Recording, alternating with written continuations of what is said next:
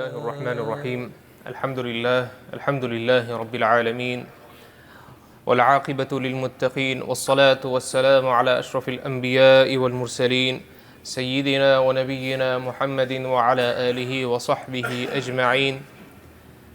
السلام عليكم ورحمة الله وبركاته.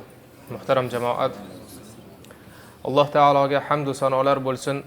Bizlarni mana shunday muborak kunlarga, juma kuniga va inshaalloh kirib kelayotgan Ramazonga yaqinlashtirib shu kunlarni ko'rishga muvaffaq qildi. Alloh taologa hamd va sanolar aytamiz va Alloh taolodan so'raymizki, ushbu muborak kunlarda Alloh bizlarni qiladigan va qilayotgan solih amallarimizni dargohida qabul etsin va gunohlarimizni Alloh taolo o'z fazl va marhamati bilan mag'firat qilsin.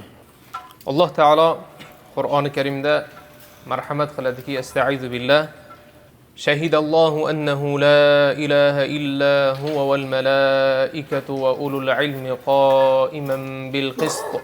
La ilaha illa huwal azizul hakim. Alloh taolo marhamat qiladiki, Alloh, farishtalar va ilm ahllari yolg'iz Allohdan o'zga hech qanday iloh yo'q, faqat uning o'zi borligiga guvoh berdilar.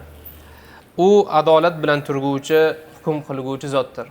Ushbu oyatda, Oli Imron surasidagi 18-oyatda Alloh taolo o'zining tavhidi, ya'ni yakka iloh ekanligini aytayapti va shu bilan birga Alloh guvohlik berdi deyapti. Hamda farishtalar guvohlik berdilar, hamda ilm ahllari va ulul ilm deb Alloh taolo mana shu farishtalarni, undan keyin esa ahli ilmlarni zikr qilyapti.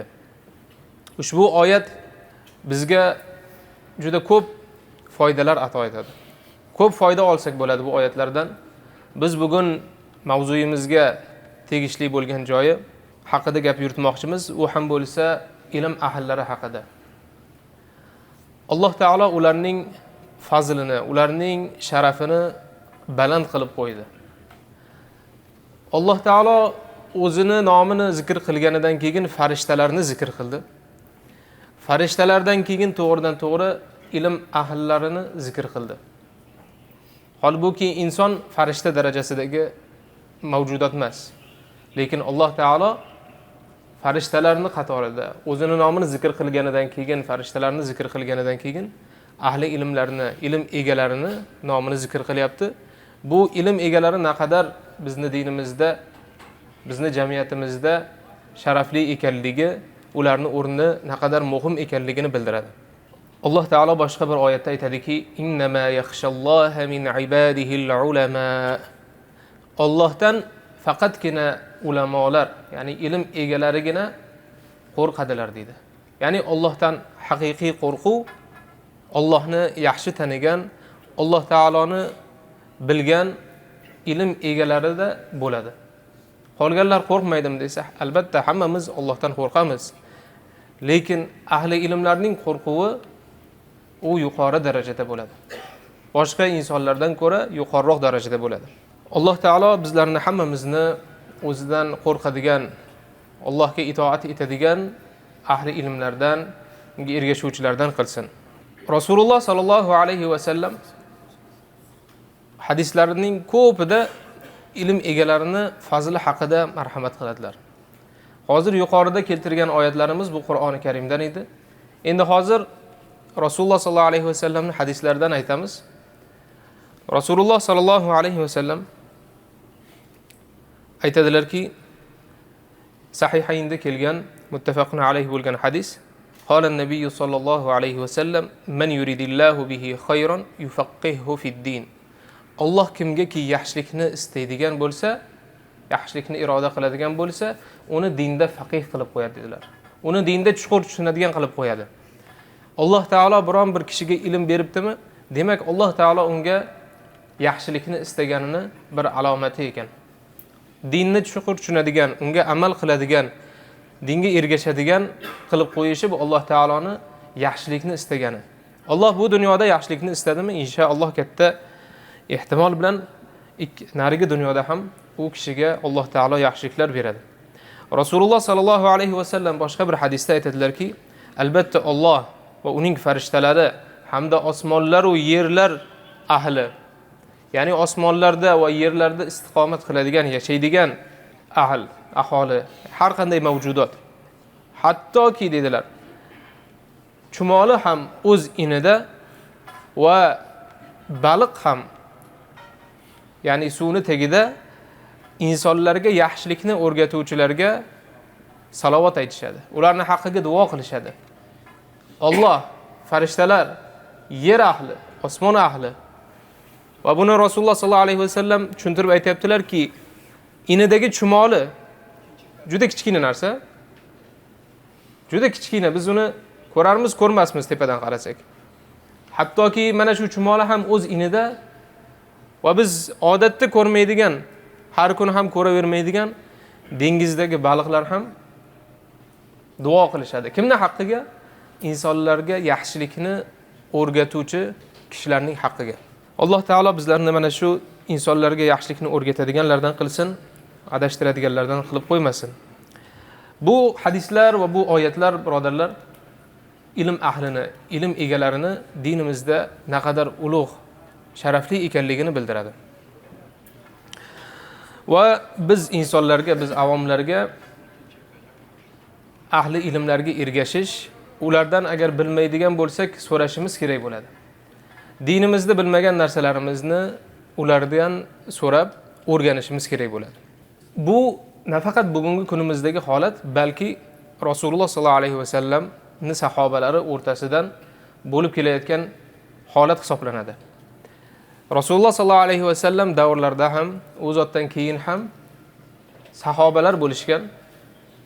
Shunday sahobalar bo'lishganki, ilm ahli bo'lishgan.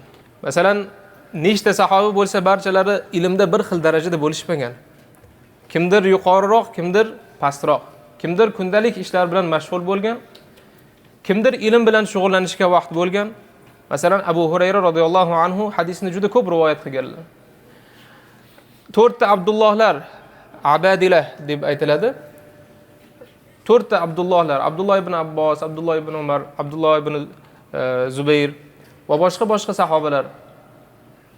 Bular ahli ilmlardan bo'lishgan. Ali radhiyallohu anhu, Umar radhiyallohu anhu, Abu Bakr radhiyallohu anhu barchalari ilm ahlidan bo'lishgan. Va boshqa sahobalar bilmaganlar ulardan kelib so'rashgan. Oysha radhiyallohu anhu masalan. Hatto Rasululloh sallallohu alayhi vasallam vafot etganlaridan keyin ham mana shu sahobalar ummatga dinlarni o'rgatuvchi sahobalar bo'lib qolishgan. Va tobiinlar, undan keyin kelganlar barchalari o'z zamonlaridagi ahli ilmlardan borib so'rashgan, bilmaganlarini o'rganishgan. Bu bugungi kungacha mana shu holatda, mana bu ish bugungi kungacha shu holatda davom etib kelyapti. Lekin ba'zi insonlar bor, bugungi kunda ahli ilmlar kerak emas. Ilm egalari shart emas. Biz Qur'oni Karim va sunnat mutahharani o'zidan biz ilm ola olamiz, o'zimizga kerakli yo'lni topib ola olamiz deydiganlar bor. Ulardan so'rasangiz, nega desangiz, biz ergashayotgan ahli ilmlar ham oddiy inson, ular ham xato qilishadi. Biz ham xato qilamiz. Biz ham mana shu Qur'onni tushunib, sunnatni tushunib, uni to'g'ridan to'g'ri o'rgana olamiz deyshadi. Lekin Alloh taolo Qur'oni Karimda marhamat qildiki, fas'alu ahla zikri in kuntum la ta'lamun. Agar bilmaydigan bo'lsangiz, zikr ahlidan so'rang dedi. Bu barchaga tegishli, bu sahobalarga ham tegishli edi. Sahobalardan keyingi butun qiyomatgacha keladigan insonlarga, musulmonlarga tegishli. Agar bilmaydigan bo'lsangiz, ilm ahlidan, zikr ahlidan so'rang dedi Alloh taolo. Buni aytishimizning sababi nega? Chunki yaqinda shu kunlarda bu holatlar ko'payapti jamiyatimiz orasida. Ha desa sunnat kerak emas, ha desa ba'zilar chiqadi Qur'on kerak emas deydi. Ha desa mazhab kerak emas, ha desa ulamolar kerak emas deydi. Nega desa mana shu javoblarni beradi. Hammamiz tushuna olamiz, Qur'on bor, sunnat bor. Ba'zi Qur'oniy toifalar chiqqan, sunnatda shubha qiladi. Har xil toifalar bor. Bularga nima deymiz? Yo'q, ergashishimiz kerak. Alloh taologa, Rasululloh sollallohu alayhi vasallamga, u zotga yaxshilik bilan ergashganlarga ergashishimiz kerak. Xususan mazhab borasida inson dinida to'g'ri ibodat qilishi uchun, Alloh taoloni tanishi uchun, to'g'ri yo'lni bilishi uchun muayyan ulamolarga ergashish kerak. Bu haqida bizdan avvalgi ulamolar, ahli ilmlar aytib o'tishgan. Fiqhda islom dinida 4 ta mazhab bor, bilamiz. Hanafiy mazhabi, Shofiy mazhabi, Maliki mazhabi, Hanbali mazhabi. Mana bu 4 mazhab ulamolari Imom Abu Hanifa, Imom Shofiy, Imom Malik bin Anas, Imom Ahmad ibn Hanbal rahimahumulloh, Alloh barchalaridan rozi bo'lsin, Alloh barchalarini rahmati bilan o'rab olsin. Mana bu zotlar asos solib ketgan mazhablar bugungi kungacha alhamdulillah bor va kimki haq yo'lni topmoqchi bo'lsa, Alloh taologa to'g'ri ibodat qilmoqchi bo'lsa, mana bu ulamolarga ergashsa inshaalloh og'ishmaydi, toyilmaydi. Ba'zilar aytadi, nima uchun aynan shu 4 ta deydi. Boshqa mazhablar ham bor-ku deydi. Qaysi mazhab bor desangiz, sanashni boshlashadi. Albatta, Imom Avzoiy, Imom Buxoriy, Imom Ibn Hazm, Abu Layth as-Samarqandi va ko'plab mana shu faqihlar davrida ko'plab ulamolar bo'lishgan, faqihlar bo'lishgan. Katta shaharlarda fatvo beradigan katta faqihlar bo'lgan. Ularning soni juda ko'p, 70 ta, 80 ta. Barchalarining o'zini Qur'oni Karim va sunnatni tushunish yo'li bo'lgan. Va barchalari o'sha tushunganlari bo'yicha fatvo berishgan, ilm tarqatishgan.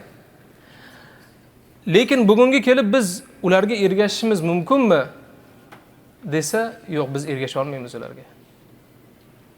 Hammalari boshimiz ustiga. Hammalari hidoyatda bo'lishgan.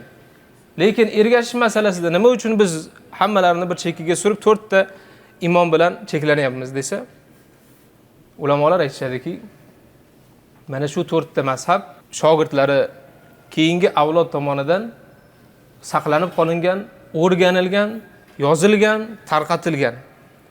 Uni qoidalari, usullari, furu'lari, hukmlari, fatvolari hammasi saqlanib kelinmoqda. Bugungi kungacha agar kimki biron bir yangi savol chiqadigan bo'lsa, mana shu mazhabning qoidalariga qaytsa, inshaalloh Rasululloh sollallohu alayhi vasallamning dinlariga munosib javob topadi. Qolgan mazhablarchi, Avzoiy, Ibn Hazm, masalan, Zohiriy mazhabining boshchilari va boshqa mazhablarchi desa, yo'q, ular bugungi kungacha bizga yetib kelmagan. Yetib kelgan ba'zi joylari bor, lekin u bizga kifoya qilmaydi. Agar bir ergashamiz desak, ular bizga yetmasligi mumkin. Sizlarga bir oddiyroq bir misol keltiraman. Nima uchun bu gaplarni aytayotganimizni aytishadi. Masalan, qaysi mazhabga ergashish kerak desa, yaqinda bir video parcha ko'rdim. Rasululloh sollallohu alayhi vasallamga ergash deyapti bir katta olim. Kimga ergashay desa, qaysi mazhab desa, Rasulullohning mazhablariga ergash deyapti. Juda chiroyli gap. Lekin aslida biz Rasululloh sollallohu alayhi vasallamning mazhablarini, ya'ni u zotning yo'llarini to'g'ridan to'g'ri ba'zan ololmaymiz. Ba'zan chalkashib qolamiz. Bitta masalani o'zida bir necha xil hadislar, rivoyatlar kelgan bo'ladi. Unga biz avom inson hammamiz undan o'zimizcha hukm olishimiz bu biz uchun qiyin. Biz uchun imkonsiz. Qur'on va sunnadan to'g'ridan to'g'ri hukm oladigan, undan hukm aytadigan inson bu mujtahid deyiladi. Bizning oramizda kim mujtahid mana shu yerda? Hech kim. Demak, hammamiz mujtahidlarga ergashishimiz kerak. Rasulullohga ergashamizmi yoki mazhab boshlariga ergashamizmi degan bir savol bor.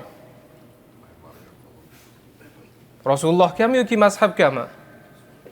Ha, biz Rasululloh sollallohu alayhi vasallamga ergashamiz. Lekin mazhab orqali. U mazhab egalari kimga ergashishgan desa, Rasulullohga ergashishgan. Shuning uchun ham biz ularning fahmiga ergashamiz.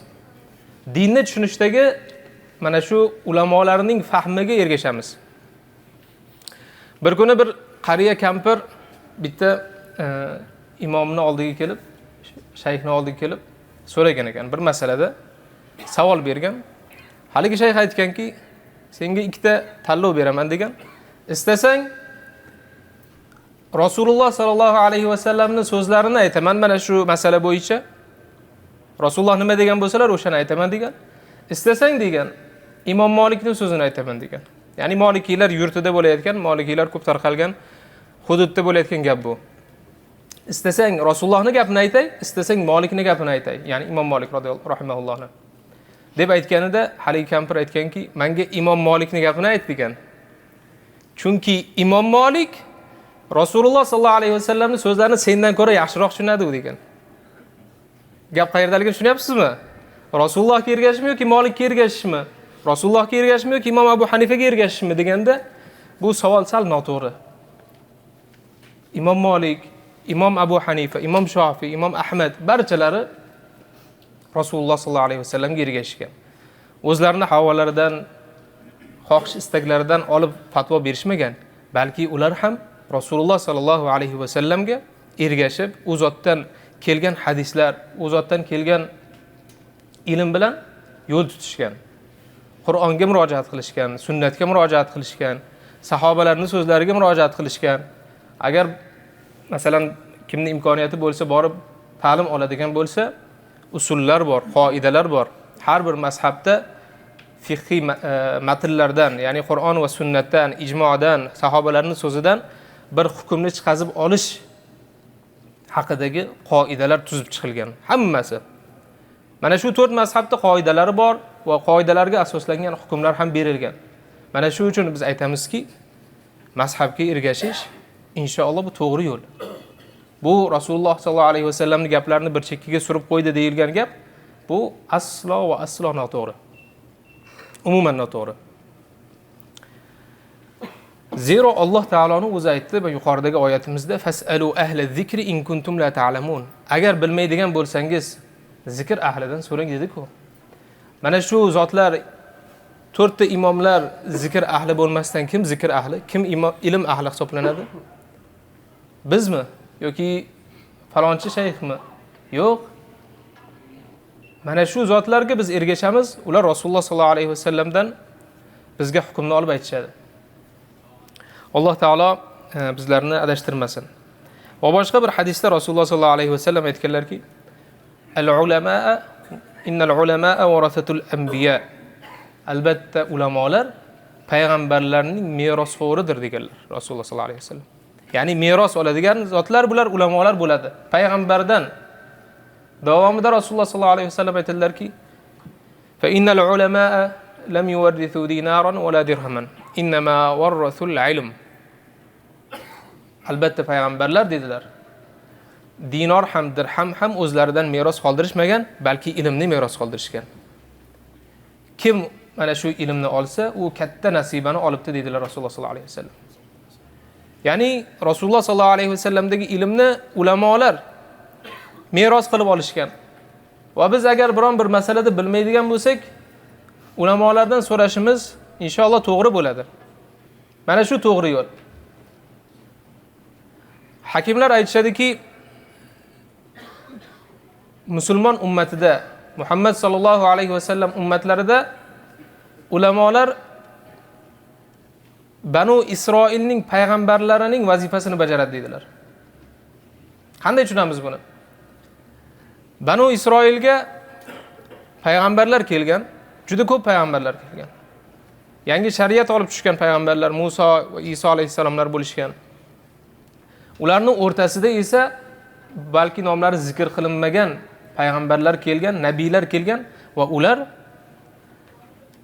ummatni o'sha Banu Isroilni boshqarishgan. Banu Isroilga to'g'ri yo'lni ko'rsatishgan. O'rtalarida biron bir nizo kelib chiqadigan bo'lsa, biron bir masala kelib chiqadigan bo'lsa, payg'ambarlar hal qilib berishgan. Chunki ular payg'ambar, ularga vahiy keladi, ular Alloh taoloning tanlangan bandalari. Lekin Rasululloh sallallohu alayhi vasallam ummatlaricha, Rasululloh oxirgi payg'ambarlar, xotimul anbiya wal mursalin. Oxirgi payg'ambarlar, Rasulullohdan keyin biron bir payg'ambar kelishi mumkin emas. Demak, bu ummat payg'ambarsiz qoldimi, boshsiz qoldimi desa, yo'q, bu ummatni boshchilari bu ulamolar bo'ladi. Haqiqiy dinni chuqur tushungan, unga amal qilgan, Rasululloh sollallohu alayhi vasallamga ergashgan ulamolar bu dinni boshchilari bo'ladi. Bu ummatning boshchilari bo'ladi, ya'ni. To'g'ri yo'lga boshlaydigan, biron bir savol bo'ladigan bo'lsa, masala bo'ladigan bo'lsa, uni hal qilib beradigan insonlar bu ulamolar bo'ladi. Shu uchun birodarlar biz aytamiz, mazhabga ergashish, mujtahidlarga ergashish mana shu to'g'ri yo'l. Axir ular Rasululloh sollallohu alayhi vasallamga yaqin insonlar.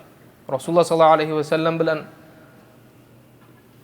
bu 4 imomning o'rtalarida 100-150 yildan ko'p vaqt o'tmagan.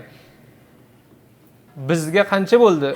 14 asrdan oshdi. 15-asrni boshimizdan kechiryapmiz hozir. 15-asr ketyapti.